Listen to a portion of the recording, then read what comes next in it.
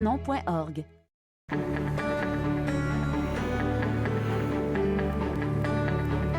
Vous regardez TV Rogers, Ottawa.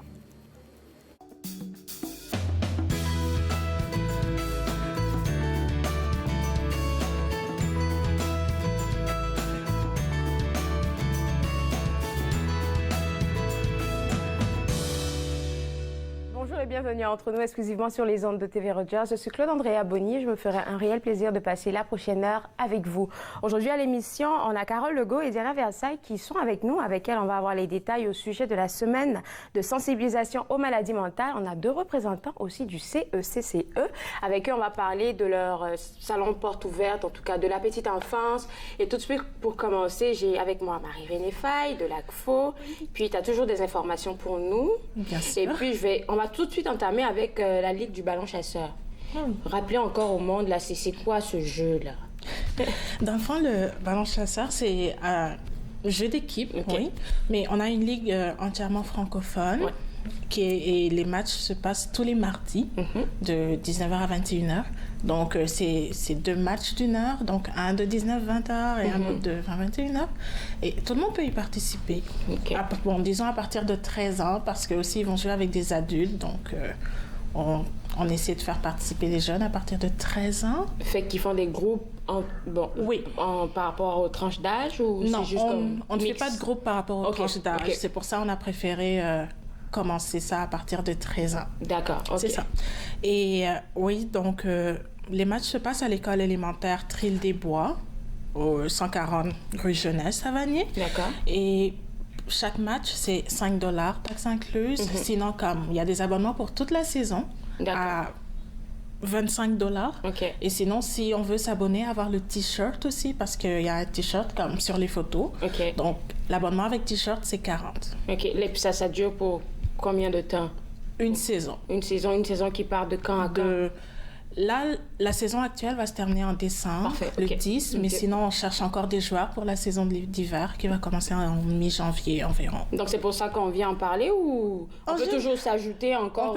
On peut toujours s'ajouter parce que si juste un mardi, on a envie d'aller jouer au ballon chasseur, on peut juste aller Juste les vous contacter et puis vous rejoindre. rejoindre. Non, vous pouvez même comme y aller Carrément, directement là-bas? Allez, vous pouvez y aller directement. Ok. C'est sûr que comme l'inscription se fait en ligne, mais on n'est pas comme très regardant là-dessus. Vous pouvez aller au match et faire le paiement après sur notre site internet. D'accord. Fait que comme il n'y a pas vraiment de règles strictes sur ça. Parfait. Donc, pour ceux qui ont envie de bouger, surtout avec ce temps frais qu'il fait, on vous invite à participer Exactement. au ballon chasseur avec l'ACFO. Et tu as envoyé des articles avec toi.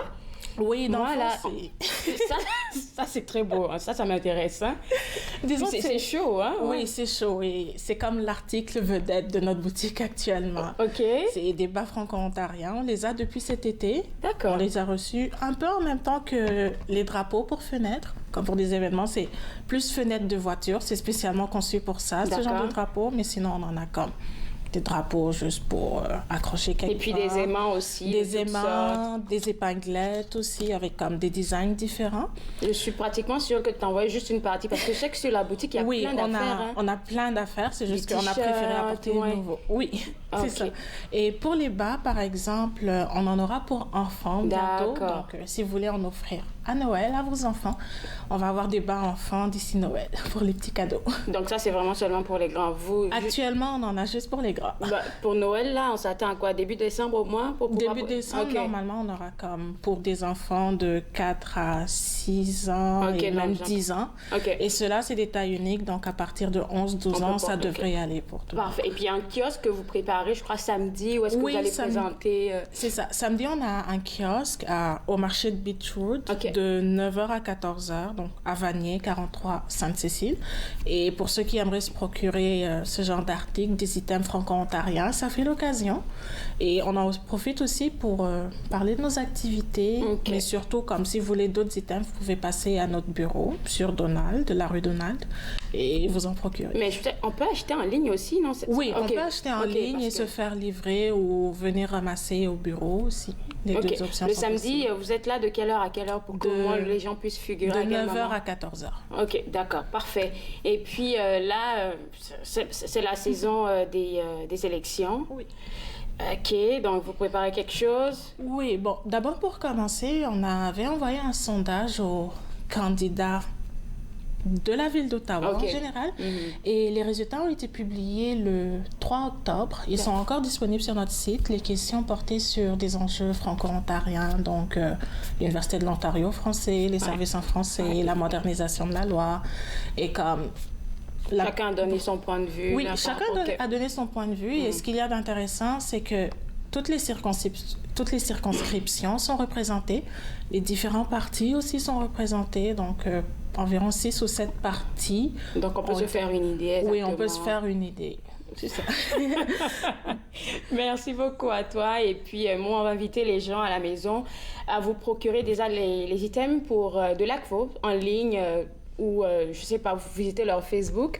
Et puis, vous allez vous avoir ça. Et puis, inscrivez-vous aussi pour la Ligue du ballon chasseur. Après la pause, on parle avec des représentants du CECCE. Vous regardez entre nous, exclusivement sur les ondes de TV Rogers.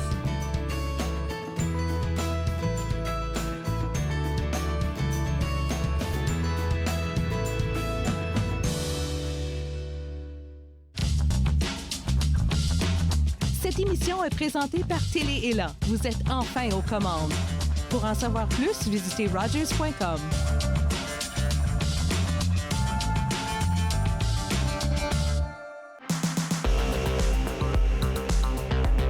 À la prochaine émission de Passeport 1225, nous accueillons Marie-Élisabeth Lévesque, une planificatrice d'événements, qui nous informe des activités régionales qui pourraient vous intéresser. Ensuite, nous écoutons quelques reportages des étudiants en journalisme à la Cité. Soyez des nôtres. Passeport 12-25, mercredi 19h sur TV Rogers. Je suis membre pour aider les autres, Parce que ça fait partie de mes valeurs. pour donner l'exemple à mes enfants, Je suis membre pour servir ma communauté. pour changer la vie de quelqu'un. Pour reconnaître les sacrifices faits pour nous. Je suis membre pour ma mère, Mon grand-père. mon voisin, Pour ceux et celles qui ont servi. et qui servent toujours. Je suis membre. Je suis membre. Je suis membre de la Légion. Le 21 octobre, les Canadiennes et Canadiens éliront un nouveau gouvernement fédéral. Mes invités et moi analyserons pour vous le dénouement de la campagne. Les résultats locaux, lundi 21 octobre, 21h, sur TV Rogers.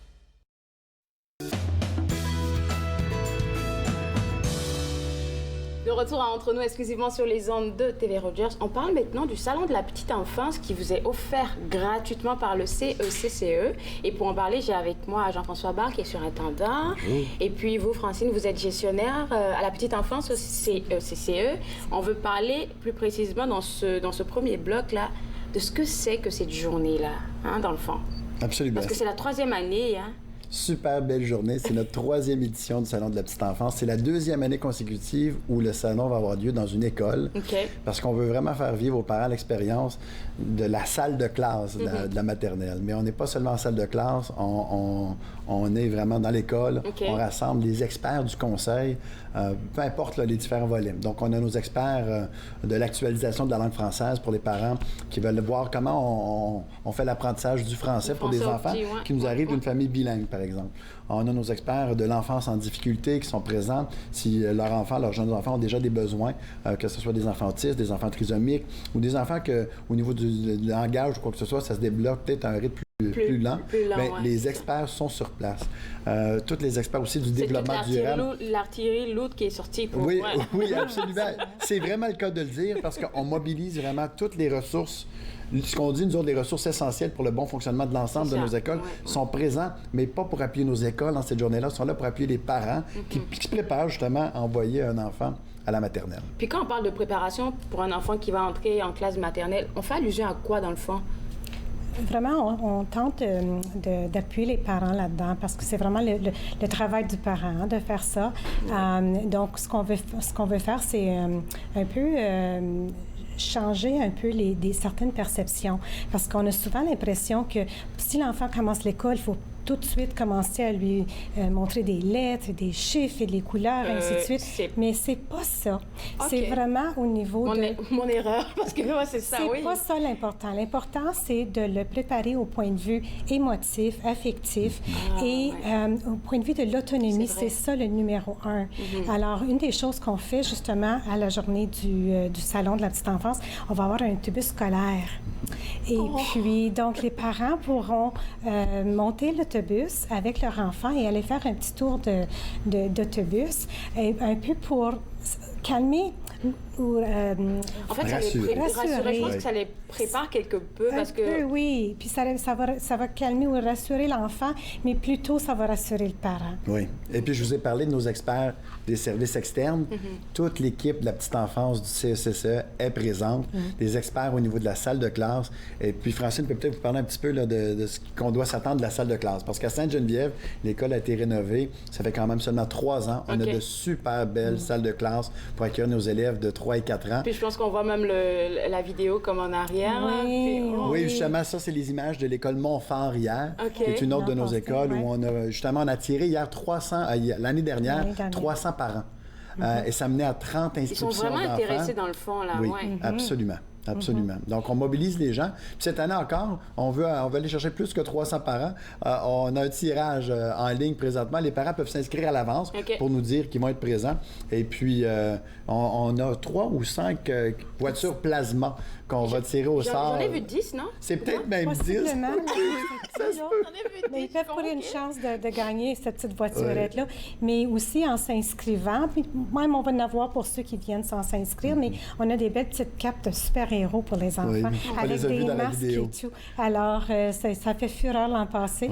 Et puis, on a vu même certains enfants courir l'Halloween avec ces capes de super-héros du CSSE. Monsieur Jean-François a parlé tantôt de l'expérience de la salle de classe. C'est quoi comme expérience que...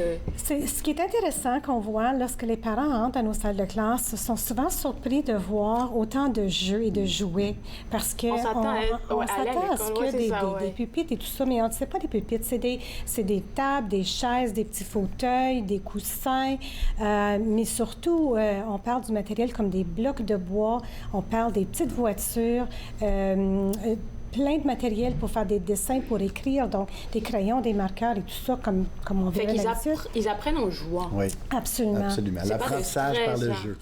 Et puis l'enseignante et l'éducatrice de la petite enfance au sein de la salle de classe ont la responsabilité d'orienter le jeu, de diriger le jeu, mais ça vient vraiment de l'enfant.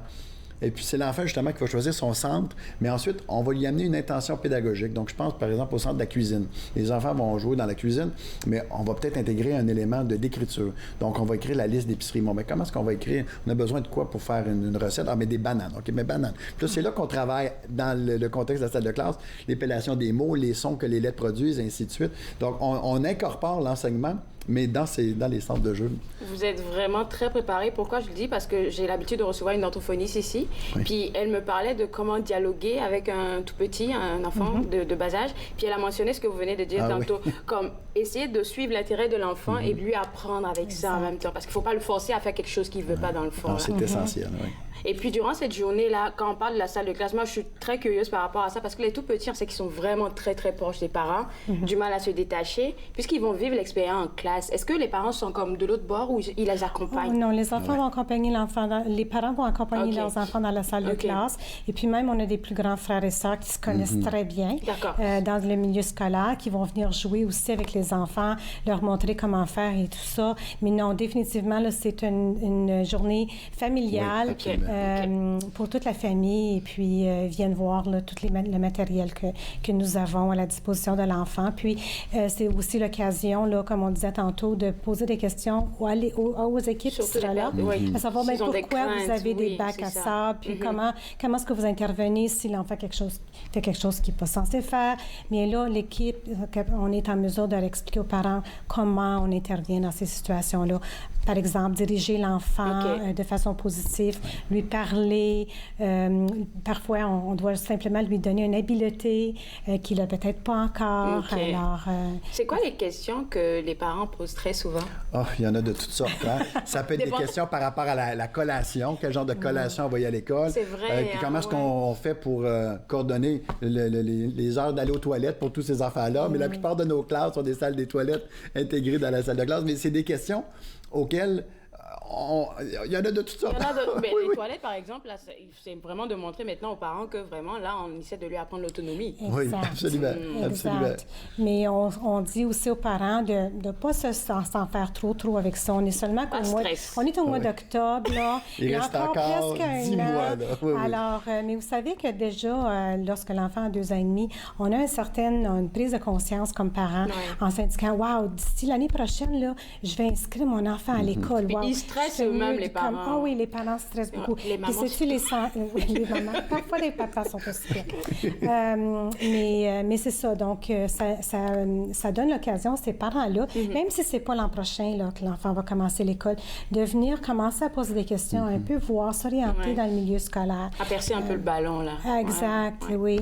Mais merci beaucoup. Je vous garde avec moi parce que juste après la pause, on va continuer de parler des programmes qui sont offerts à la petite enfance. Vous regardez Entre nous exclusivement sur les ondes de TV Rogers.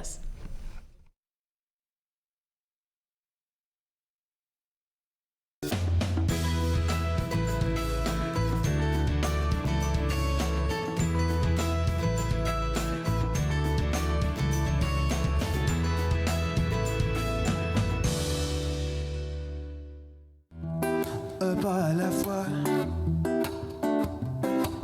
Je ne peux pas avancer plus vite que ça. Si je fausse, ne t'en fais pas. Je me remettrai en redoublant de droit. Je me remettrai, le gauche et le droit, un pas à la fois. Je t'en supplie, ne m'en demande pas plus que ça. Si je pousse, si je me force, le temps gagné ne fera que retomber dans l'espace. Je retomberai, le gauche et le droit. Le gauche et le droit. Le gauche et le droit. Le gauche et le droit. Le gauche et le droit.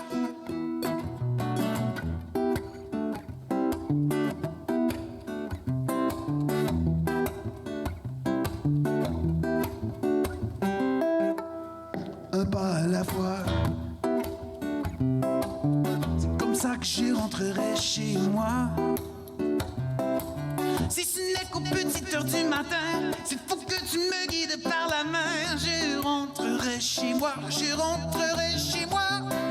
gauche et le droit, le gauche et le droit.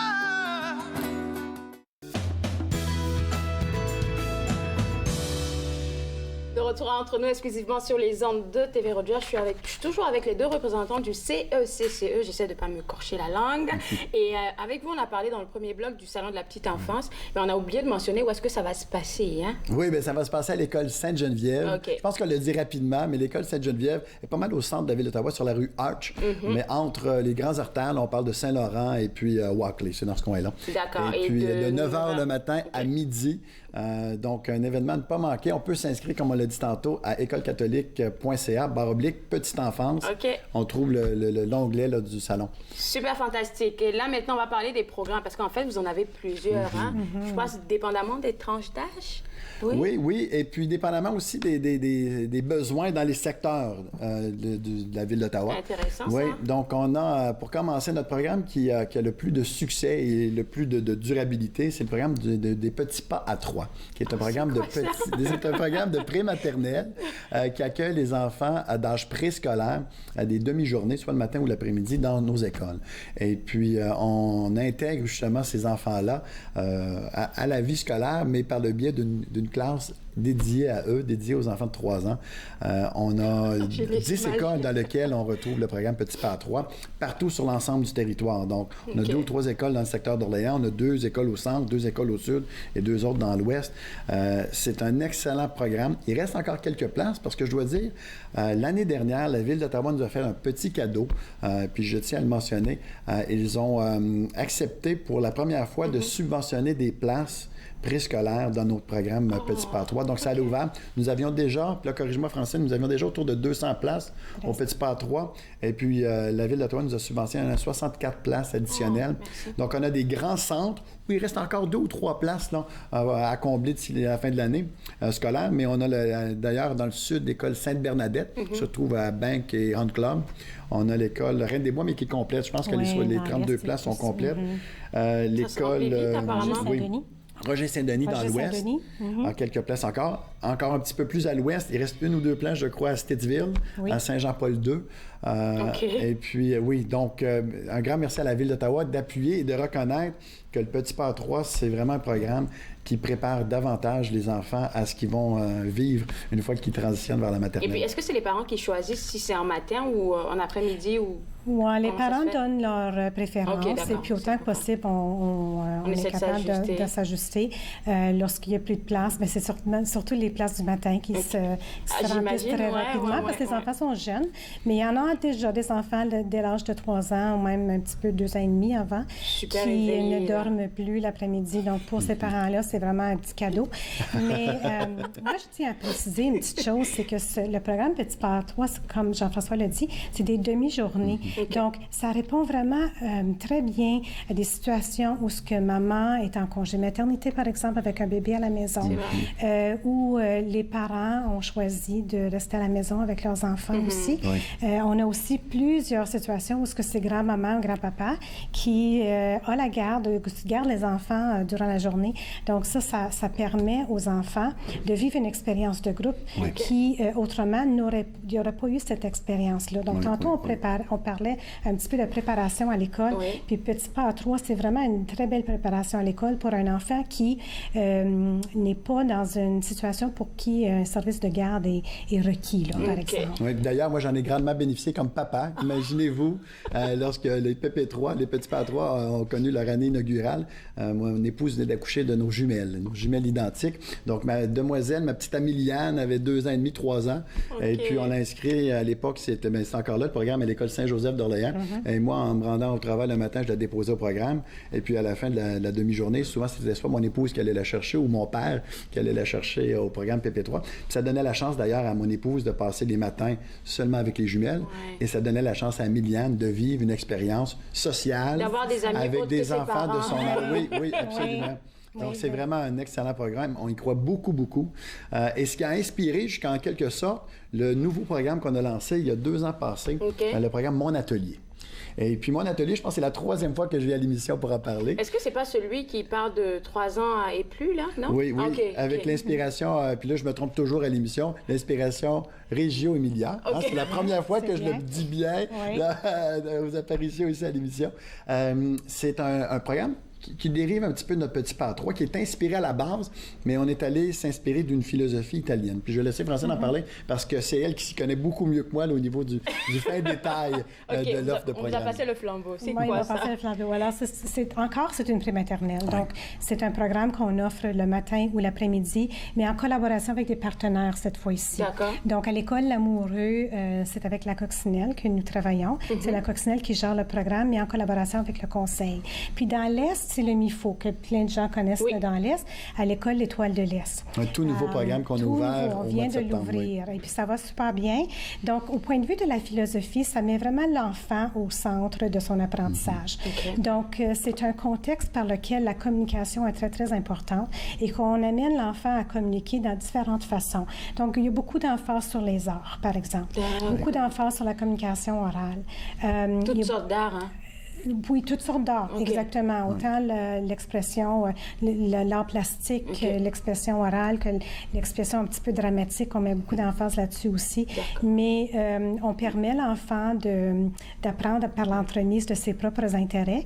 Et puis, souvent, on voit des grands projets qui ont traversé l'année au complet, là. Donc, ils ont commencé petits, et puis les enfants l'ont amélioré, ils l'ont grandi. ils l'ont peaufiné, ils ont ajouté des éléments et tout ça. Donc, l'autre, comme j'ai dit tantôt, la communication est très importante avec ce programme-là, avec tous les programmes, mais ce programme-là en particulier, on voit beaucoup de documentation. Donc, lorsque les parents entrent dans la salle, ils peuvent voir tout ce que l'enfant fait, tous les progrès qu'il fait, tous ses intérêts, les questions qu'il se pose et les réactions des intervenants aux questions des enfants. Parce que même les petits... Oh oui, j'aime beaucoup ça. Parce que même les petites questions qu'ils posent comme des questions anodines, là, vous les prenez vraiment comme à cœur.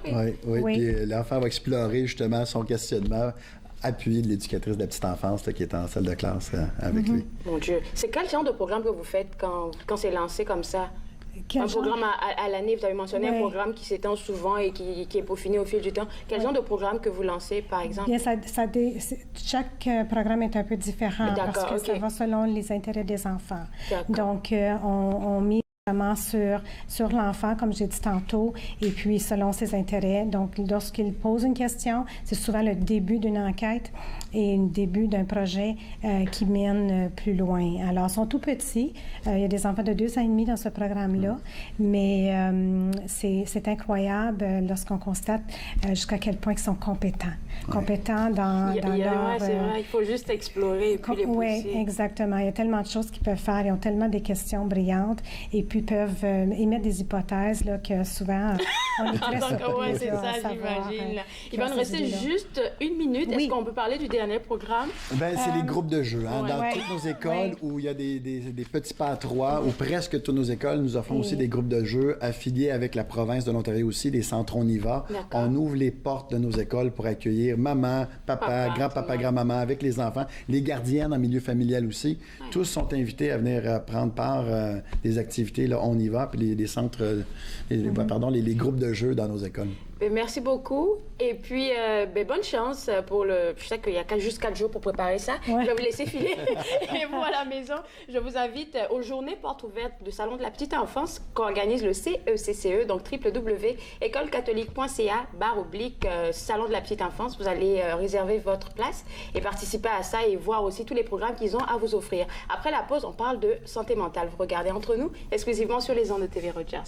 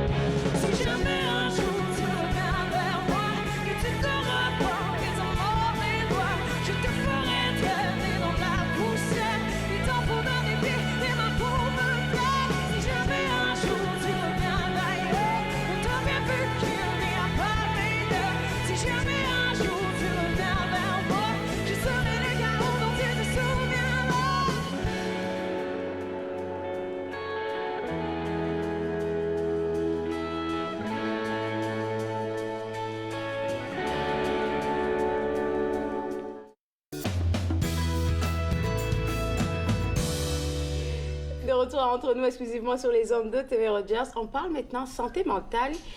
Pourquoi j'en ris? Parce que à chaque fois que vous venez, on essaie de simplifier la chose, de ne pas dramatiser. Donc moi, là, et puis avec vous aujourd'hui, on va parler de la campagne des visages qui a été lancée, je pense, il y a quelques jours, quelques mois? La semaine dernière. La semaine dernière? Quelques jours, donc, OK. Puis là, c'est vraiment quoi comme campagne? C'est vraiment une campagne de sensibilisation.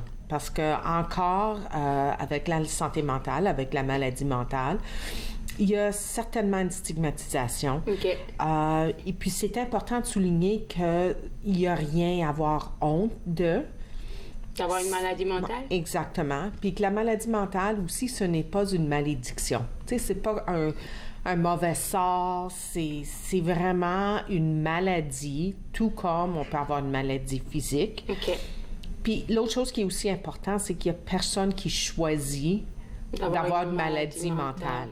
Tout comme personne choisit d'avoir une attaque de cœur, j'ai rien à faire aujourd'hui, je vais avoir une attaque de cœur. C'est pas comme ça que ça fonctionne. C'est des choses qui arrivent, mais c'est pas quelque chose qu'on choisit. Puis c'est aussi nécessaire de corriger de la mauvaise information. Parce qu'on a toujours entendu toutes sortes de choses au sujet de la maladie mentale. Tellement de choses. Que des fois nous font peur, que des fois nous inquiètent. Et puis, la semaine de la sensibilisation, c'est vraiment une semaine pour corriger cette information, pour pouvoir en parler de un, plus ouvertement, et de deux, savoir si c'est quelque chose qui vient me chercher, qu'est-ce que je peux faire? D'accord. Et puis, toi, Carole, tu es de Santé publique Ottawa, et toi, Dania, de l'Association canadienne pour la santé mentale. Et c'est quelque chose, vous vous mettez ensemble pour faire cette sensibilisation-là, dans le fond. Et tu rejoins forcément Carole qui dit qu'il y a tellement de mythes à propos de ça. Absolument, absolument. Nous autres, pour souligner cette semaine-là, très importante, on a invité les gens à prendre part à des conversations virtuelles sur notre plateforme Twitter, #SSMM2019, en espérant qu'on continue de démystifier c'est quoi la santé mentale et les problèmes de santé mentale. On cherche à déstigmatiser le sujet puis à normaliser les conversations.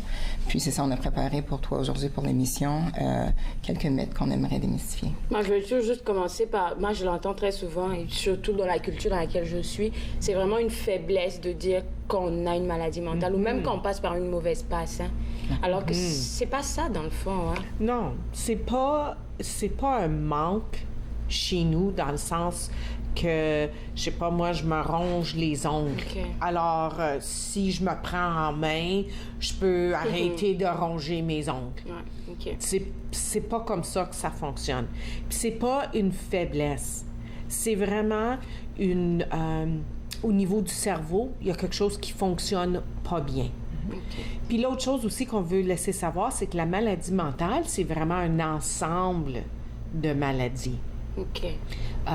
Tout comme on peut y retrouver la dépression, on peut y retrouver de l'anxiété. C'est causé par quelque chose, en fait, un déclencheur. Oui, exactement. Ça peut avoir plusieurs raisons. Des causes biologiques, génétiques. Des fois, c'est des facteurs qui nous sont externes, comme l'exposition à certaines substances chimiques. Donc, ils peuvent déséquilibrer le fonctionnement du cerveau. Ça peut être à la base de ce qu'une personne pourrait éprouver. Et puis, pour pouvoir détecter ça, c'est juste comme en consultation avec un psychologue, un psychiatre. Comment ça se fait? Et puis... Alors, c'est vraiment important de reconnaître qu'une maladie mentale, c'est comme toute autre maladie, puis c'est qu'un diagnostic qui est porté par un médecin. Alors, même si moi, peut-être, je me sens déprimée. On est dans le blues, comme on dit, là. Ça ne veut pas nécessairement dire que je vis une dépression.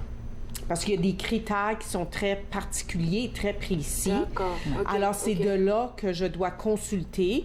La déprime, ça nous arrive. À tous, oui. À tous de passer un mauvais temps. Mais quand ça dure, puis quand ça perturbe, puis quand ça commence à affecter tous les endroits ou toute ma vie au complet, c'est pareil comme c'est pareil comme un rhume. Si je commence à avoir un rhume, puis j'ai de la misère pendant une couple de jours, j'ai un rhume, puis je vais prendre soin de moi-même. Mais si ça dure, ou si ça empire, ou si j'ai une fièvre, puis ça dégage pas, là, à un moment donné, je vais dire, écoute, là, je devrais aller voir consulter un médecin. Je ne sais pas si c'est une bronchite ou une pneumonie, mais je devrais aller consulter pour demander des questions, comme ça que le médecin, basé sur des critères très précis, va pouvoir évaluer et va pouvoir me donner le soutien et l'appui que j'ai besoin. D'accord. Est-ce qu'une personne qui est atteinte de maladie mentale, c'est vrai qu'on l'a dit, Parce que si vous me l'aviez pas dit, pardon, j'aurais pas su que c'est comme une échelle de plusieurs éléments. Est-ce qu'une personne peut se dire, OK, je suis atteinte d'une maladie mentale? Est-ce qu'il peut directement le sentir au fond de lui-même à cause de tous ces...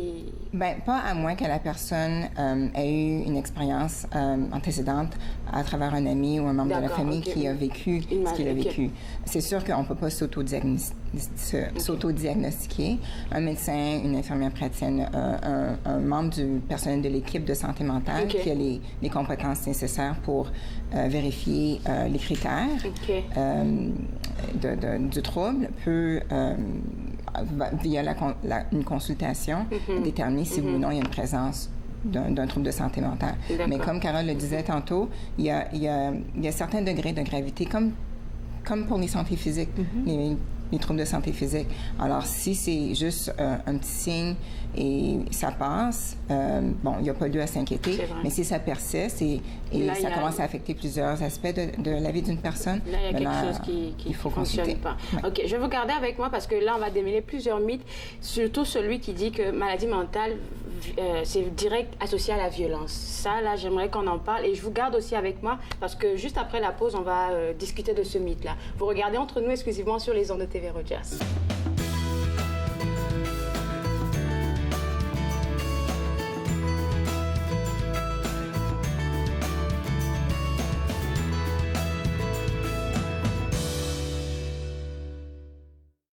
Jamais trop tôt, jamais trop tard. Tu es toujours de circonstance,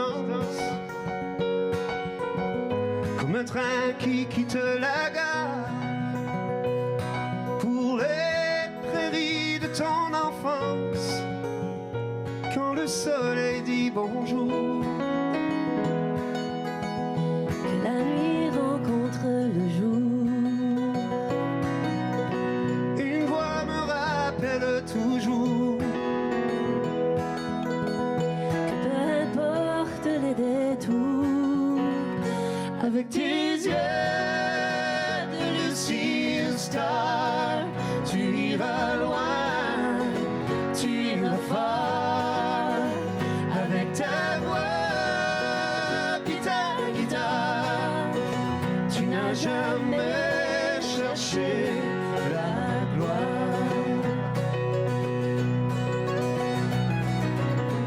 comme la lumière dans un phare qui vient traverser la nuit pour que les bateaux ne s'égarent. La nuit quand la lune est absente. Jamais trop tôt, jamais trop tard. De retour à Entre nous exclusivement sur les ondes de TV Rogers, on parle toujours de démystification, je devrais le dire ainsi, de la maladie mentale. Et il y a un mythe, je pense qu'il est populaire chez tout le monde. Maladie mentale rime directement avec violence. C'est vrai. Puis une des choses, c'est parce que c'est renforcé souvent, ce mythe-là. Si je pense Parce qu'on voit. On voit. Oui. Puis aussi, je pense souvent aux émissions. OK. Quand on a une émission de télé en avant de nous, la personne qui est le méchant... Il a toujours un trouble. Il y a un trouble mental. Ouais. S'il y a un acte violent qui arrive dans le monde, souvent, quand ce qu'on rapporte, sans vraiment avoir tous les faits, on va dire « Oh, il doit avoir une maladie mentale ». Ça se peut pas que cet acte-là soit commis sans avoir un élément de maladie mentale. C'est vrai, c'est Puis vrai. la vérité, c'est que la haine, c'est pas une maladie mentale. On peut tout être méchant, on peut tout faire des actes qui sont pas gentils, mais c'est de là à dire que ça est directement lié à la maladie mentale, c'est pas le cas parce que... En fait, je pense que le monde refuse de croire c'est possible qu'il y ait des personnes dans ce monde-là qui soient foncièrement méchants. Oui, exactement. Donc, on essaie de trouver une alternative. Une raison. Une raison, c'est ça. Alors, c'est pour ça que et puis c'est pour ça de notre côté qu'il est important de s'informer, de poser des questions, parce que la haine égale pas la maladie mentale. Bien dit. Moi, je pense que j'ai appris une leçon ici. C'est pas égal à la maladie mentale. Non. Je garde ça pour moi. Et est-ce qu'on peut dire que les personnes atteintes de maladie mentale, ils sont pas vraiment malades dans le fond, hein? C'est quelque chose qui va passer. Si tu me dis ça, c'est un mythe que j'aimerais vraiment briser. OK, d'accord. Oui, en fait, puis j'aimerais juste mentionner une petite chose, c'est qu'au fil du temps, les mots qui ont servi à décrire les maladies mentales ont évolué. Okay. C'est flagrant dans la médecine au complet. Puis aujourd'hui, on va plutôt parler de troubles ou de problèmes de santé mentale. Pourquoi? Mais parce que on essaie de normaliser les conversations. On parle de santé physique, pourquoi qu'on ne parlerait pas de santé mentale? Oui. Right? Mais ce qui n'a pas changé, malheureusement, c'est ça. C'est justement le fait que plusieurs personnes pensent que quelqu'un qui a un trouble de santé mentale n'a pas vraiment de maladie. Que ça va partir par eux-mêmes, ouais, exactement. Ouais. Reprends-toi en main, après une bonne nuit de sommeil, ça va se passer. Mais est-ce qu'on dirait ça d'une personne qui s'est fracturé le bras? Non, il faut faire un suivi. Il faut faire un suivi, puis c'est pas dans une semaine, dans un mois, dans 6 mois. C'est tout de suite. Puis selon la gravité de la fracture, on va soit offrir une écharpe, une prothèse ou un plâtre. Donc, c'est la même chose avec le cerveau d'une personne qui, soit par un débalancement biologique ou bien par une collision sportive ou de collision automobile ou même en présence de substances chimiques, fonctionne mal. Donc, il faut laisser la chance au cerveau qui est à la base des problèmes émotionnels puis des troubles de santé mentale, la chance de guérir. Okay? C'est pour ça qu'on fait souvent la promotion de plus de financement pour faciliter l'offre active, pour accéder à plus de services de santé mentale et de soutien. Mon Dieu, OK. Puis les personnes qui sont atteintes de maladies mentales, puisque je peux penser ou je peux dire que ils ont souvent des montées de tension comme tout d'un coup, là. Est-ce qu'ils sont aptes à travailler? Absolument, absolument. En fait, les milieux de travail regorgent de personnes qui ont des difficultés par moment ou qui vivent avec leurs troubles de santé mentale. La différence, c'est que ces gens-là ont appris des stratégies de résilience qui fait que on les voit dans leur meilleur état. OK? Même les personnes qui ont des troubles persistants, sévères ou même chroniques veulent travailler. La problématique s'installe lorsqu'ils font face trop souvent, de façon répétée. À quelque chose qui peut faire un déclic? À des attitudes stigmatisantes ou des croyances ou bien des comportements ou bien même des règlements qui, de façon non intentionnelle, va stigmatiser leur accessibilité à, supposons, des services de soutien. Sais-tu qu'il y a seulement 36% des employés en milieu de travail qui dévoileraient, qui informaient leur employeur qu'ils ont un problème, qu'ils auraient besoin d'aide? Okay. Ça, c'est grave, parce que souvent, les employeurs ont accès... On a peur de se faire mettre à la porte aussi. Exactement. Ou mettre de côté. Ou de exactement, côté, ou on a peur d'avoir honte ou bien être le sujet de rumeurs. Mais vraiment, les employeurs ont accès à des listes de ressources qui pourraient aider l'employé. Même après un congé de maladie, l'employeur et l'employé doivent travailler à établir un plan de retour de travail. Mais s'il y a des informations qui manquent pour bien le façonner et répondre aux besoins de la personne, mais ça ne rend pas service à personne. Puis aller juste un petit peu plus loin que ça, si quelqu'un revient d'un congé de maladie physique, tu vas aller voir la personne et tu vas dire « Je suis contente de te revoir ». Comment ça va? Si quelqu'un revient d'un congé relié à la santé mentale, tout le monde... on n'a pas envie de lui parler. Oui, c'est vrai, c'est très vrai. Alors, pourquoi que quand quelqu'un revient d'un congé, on ne peut pas aller dire « Ah, je suis contente que tu es revenu. » Est-ce que ça... Comment ça va? Ça, je pense que ça aide même la personne à booster quelque part sa confiance. Bien sûr, bien sûr. Puis ça part du fait qu'il y a encore du travail à faire pour améliorer l'environnement de travail. Je suis tellement d'accord. Est-ce que vous pensez, toutes les deux, qu'on peut définitivement guérir d'une maladie mentale? Oh, 100%. Moi, je conjuguerais le verbe, puis je dirais, on se rétablissait, on se rétablit et on va continuer à se rétablir. C'est un peu comme tu l'as mentionné tantôt pour la fracture, là? Absolument, absolument, oui. Donc, qu'est-ce que ça prend, vous pensez? Bien, ça prend des conversations franches et honnêtes. On retire les jugements de côté, on fait un examen de conscience sur soi pour examiner nos propres croyances, puis analyser d'où est-ce que ça provient, ça.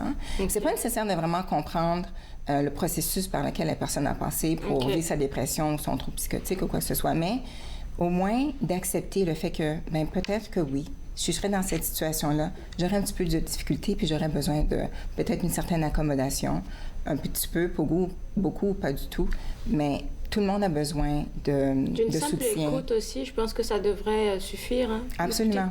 Absolument. Puis de normaliser les conversations pour pas empêcher les gens d'accéder au soutien qu'ils ont besoin. Parce que, franchement, là, en bout de ligne, là, c'est avoir une certaine compassion envers soi-même, puis envers les autres, de dire que ça arrive à un Canadien sur 5. C'est ça. Alors, c'est pas quelque chose qui est rare ou inusuel, c'est quelque chose qui fait partie de l'expérience humaine. Oui. C'est vrai, hein? Oui. C'est pas des personnes qui sont mises à part et puis qui vivent ce genre de défis. Non, et ça touche tout le monde. N'importe quel degré de formation, de situation financière ou n'importe où ce que les gens ont. Ça touche tout le monde. Et puis le message clé le plus souvent, quand vous êtes toutes les deux sur le plateau, le message clé de fin, c'est toujours que chercher de l'aide, là, c'est pas signe de faiblesse, dans le fond. Exactement. J'aime bien ça. Il y a de l'espoir, puis de nos jours, il y a beaucoup plus de services et de traitements différents pour mieux. Des services gratuits. À Santé publique Ottawa, il y a des services que vous offrez? On a une liste de services. Qu'on peut consulter pour trouver de l'aide parce que il y a des services qui se spécialisent chez les enfants, il y en a d'autres que chez les ados. On voit que ça touche tout le monde. Alors, ça touche tout le monde. Des fois, ça dépend de la gravité de la situation aussi. OK, puis là, c'est sur ton site web, www.spo. Temps d'en parler. Juste temps d'en parler, OK, d'accord. .ca. Il y a plusieurs ressources. Là. Et vous, à l'Association canadienne pour la santé mentale, est-ce que vous avez des ressources? Nous autres, on a beaucoup de ressources. On n'a malheureusement pas tout le temps de les nommer. Non, je sais, mais je sais pour le numéro de détresse, là. Que je ne connais pas par cœur. Non, c'est pas bien grave, mais je sais qu'on peut le retrouver. La ligne de détresse d'Ottawa, oui, la ligne de crise et la ligne de détresse d'Ottawa peut nous aider. Puis il y a e-Mental Health aussi sur le site web qui pourrait aider les gens à naviguer. Merci de venir sur le plateau pour essayer de démêler un peu tout ça, moi, dans mon esprit. J'ai appris tellement d'affaires et je suis sûre que vous aussi à la maison, donc les deux sites web qui ont été mentionnés tantôt, si vous avez un bout, allez faire des recherches et puis voyez qu'on a toujours besoin d'aide pour sortir de ça. De ce petit pétrin, pardon. Ça me touche vraiment. Alors, après la pause, on va rencontrer l'auteur, compositeur, interprète, Édouard Landry. Restez avec moi, vous regardez Entre nous exclusivement sur les ondes de TV Rogers.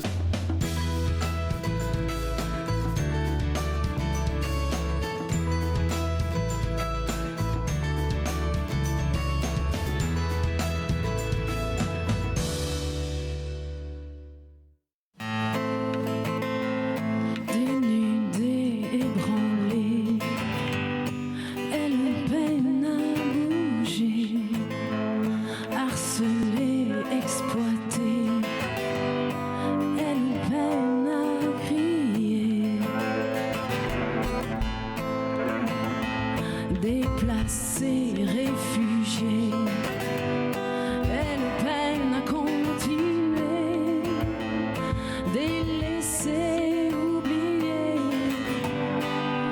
par le monde entier. Toutes ces femmes au courage étranger, je vous prie de résister.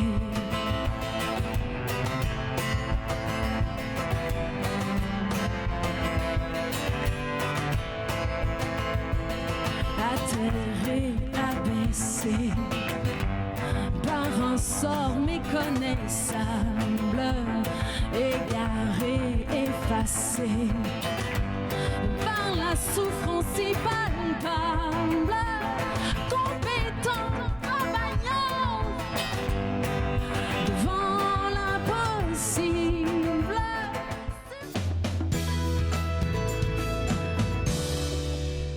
De retour à Entre nous, exclusivement sur les ondes de TV Rogers. J'ai avec moi l'auteur, compositeur, interprète Édouard Landry, qui a rendu à son 4e album. Oui. Pomme plastique, ça, je vais parler de ça parce que ça m'intrigue comme titre. C'est quoi ça? Ça sort d'où? Je suis toujours en train de découvrir c'est quoi, mais non. Mais vraiment, c'est une référence aux Beatles. Paul McCartney a dit une fois Plastic Soul, puis moi, ça m'avait resté comme ado. Et puis, j'ai toujours dit, je vais faire un projet avec ça. Et puis, jusqu'à date, ça explore surtout les villes américaines. OK. Mais c'est aussi, pour moi, Pomme Plastique, le groupe de musiciens qui sont sur les albums aussi. Ça a comme un genre. Puis le genre, c'est plein de genres. Donc, toujours à découvrir. Puis ça change avec chaque album. C'est ça que j'allais demander parce que Pomme Plastique, il y en a un, il y en a un deux. Puis là, on lance le troisième. Là, on lance le troisième. Et je me demande, est-ce que l'évolution s'est faite comment? Et puis, la ville qu'on a choisie pour le 3. Oui, donc ça a commencé avec le premier, quand on est allé à New York. Et puis là, dans ce temps-là, c'était OK, est-ce qu'on appelle ça New York ou Pomme Plastique? Finalement, on a appelé ça Pomme Plastique. Puis ça fait aussi New York aussi, Pomme Plastique, le Big Apple. Et puis là, le deuxième a été lancé quasiment un an après. Donc, ça a fait le volume 2. Donc, on a dit OK, bien, Pomme Plastique 2. Puis là, j'avais commencé Pomme Plastique 3. Puis là, les nouvelles chansons n'étaient pas vraiment liées à Pomme Plastique. Donc, on a bifurqué un peu, puis on a lancé l'Escalade. Puis là, je suis revenu pas sur mes pas, mais Pomme Plastique 3. Puis quand on voyage d'est en ouest, ça fait New York, puis ensuite Chicago pour le deuxième. Puis là, on est rendu à Los Angeles pour le troisième. J'ai la chance de recevoir ta guitare sur le plateau. Oui. Fait que tu as choisi de nous chanter quelque chose de Pomme Plastique 3. C'est quoi? C'est Casablanca. Oui. On va commencer à prendre la guitare et tu vas m'expliquer pourquoi tu as choisi Casablanca. Excuse-moi. C'est pas grave. On est arrivé... c'est un peu le thème de l'album. OK. Et puis... ça fait référence au film Casablanca? Oui, exactement. Ah, OK. Donc, Pomme Plastique 3 vraiment explore la mythologie des villes. D'accord. Puis, ultimement, ça parle d'ancrage. Comment est-ce qu'on s'ancre dans notre vie? Comment on peut créer notre propre ancrage dans la vie? Et puis... on est arrivé au studio de Warner Brothers et puis là où ils avaient filmé Casablanca. Puis il y avait une plaque bronzée. Puis cet univers-là qu'ils ont filmé, qui existe toujours dans nos pensées, a été détruit. Donc ça fait comme j'ai fait un recul, j'ai dit « Wow, OK. » Déclic. Exactement, le déclic. Et puis ils peuvent filmer de quoi? Ça peut durer, ça fait, je pense, 70 ans que ce film-là est dans notre imaginaire. Mais eux, ils détruisent et puis ils continuent à autre chose. Donc, il y a quelque chose qui se passe là, puis je voulais explorer ça avec cette chanson-là. D'accord, on va aller avec Casablanca. OK, excellent, merci.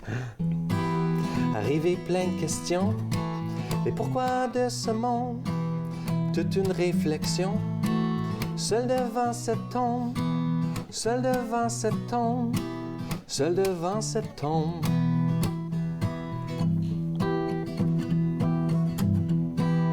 Il y a la plaque bronzée pour nous indiquer où est situé cet univers rêvé, cet univers rêvé, cet univers rêvé.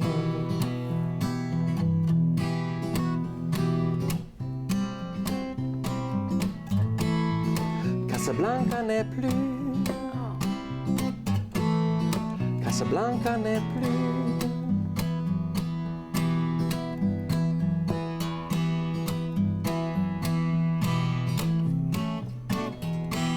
Ils ont créé ce monde, ce désert imaginaire, Hollywood fécond, univers temporaire, univers temporaire, univers temporaire.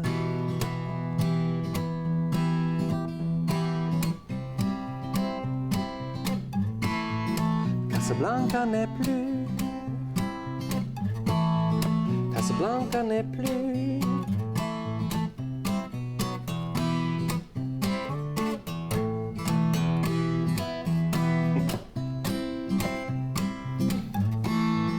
Casablanca n'est plus, Casablanca n'est plus, Casablanca n'est plus. Ils ont fait de moi un être sensoriel, ils ont fait de toi un être immortel, ils ont fait de moi un être sensoriel, ils ont fait de toi un être immortel. Bravo, sérieusement. Puis là, si vous ne m'avez pas raconté l'histoire, j'étais comme, OK, c'est quoi? Parce que ça vient chercher, ça dit des choses profondes. Casablanca n'est plus comme... Exactement. Donc, ça parle un peu de la destruction de la mythologie d'Hollywood et puis, dans le fond, comment est-ce qu'on trouve notre propre ancrage dans tout ça. Surtout dans ce monde hyper médiatisé, c'est que Dans le fond, c'est la famille, c'est le chez nous qui importe. C'est passé sous silence. Si ce n'était pas Casablanca, j'aurais jamais su que ça a été détruit, comme la place. Mais oui. Puis ça a été tout tourné à Hollywood, et puis ça n'a pas été tourné en Afrique. Au Maroc, c'était vraiment dans les studios à Hollywood. Donc, cette illusion-là.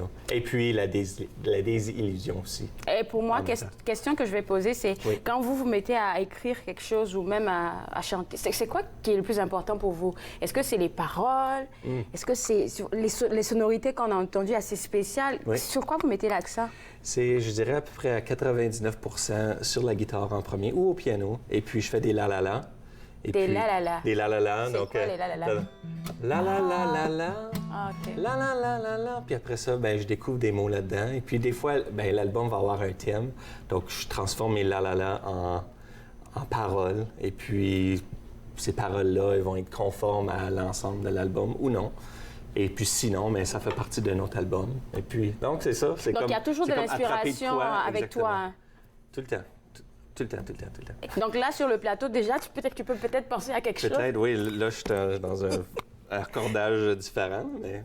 Non, c'est souvent comme ça, assis sur le divan ou de quoi, puis juste en train de regarder un film, et puis en train de...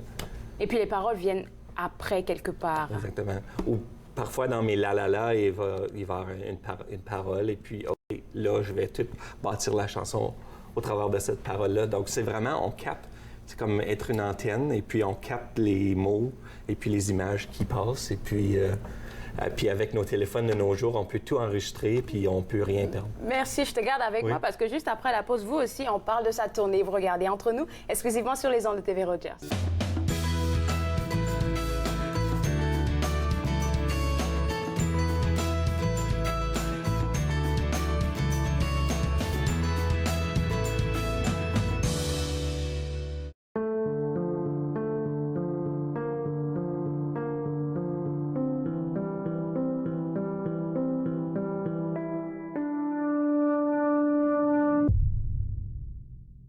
Du sang dans l'urine est le symptôme le plus commun du cancer de la vessie. N'ignorez pas ce signe, pas même une seule fois.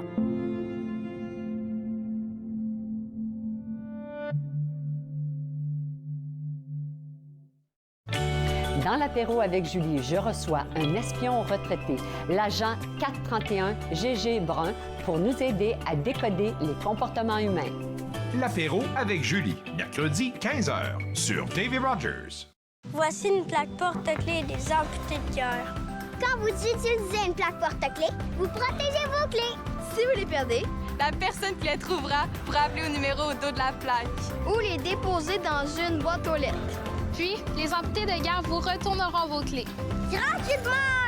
Commandez vos plaques porte-clés aujourd'hui à amputédeguerre.ca. Et améliorer la vie des personnes amputées comme moi.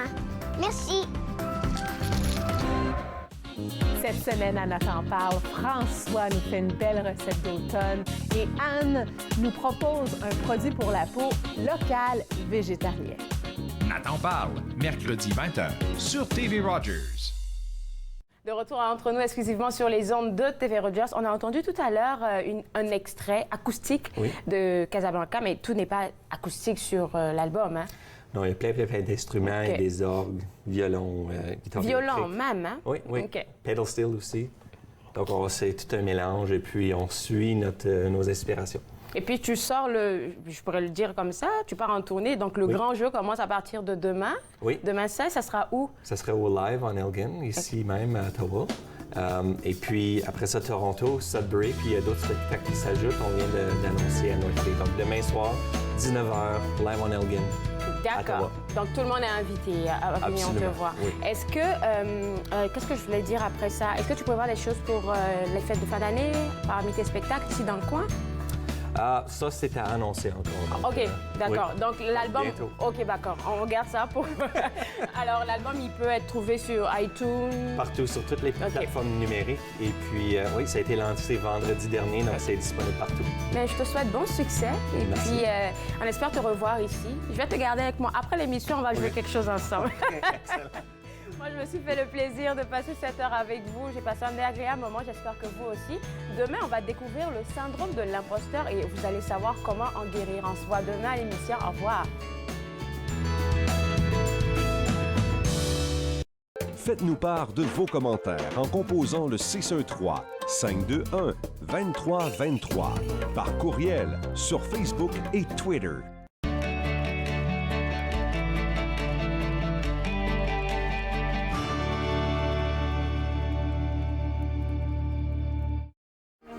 Moi, je m'appelle Alexandre Belki et je travaille comme bénévole. Et moi, je préfère faire le CG, autre que des caméras ou les autres affaires.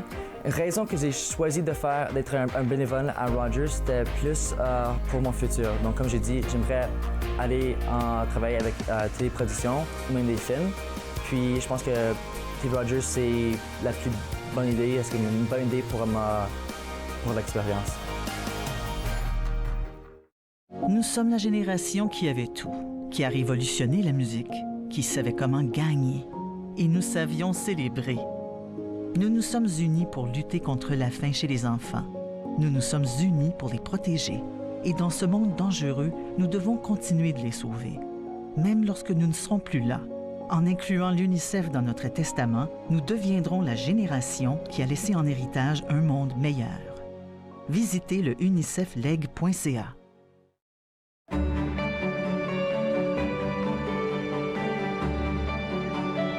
Vous regardez TV Rogers, Ottawa.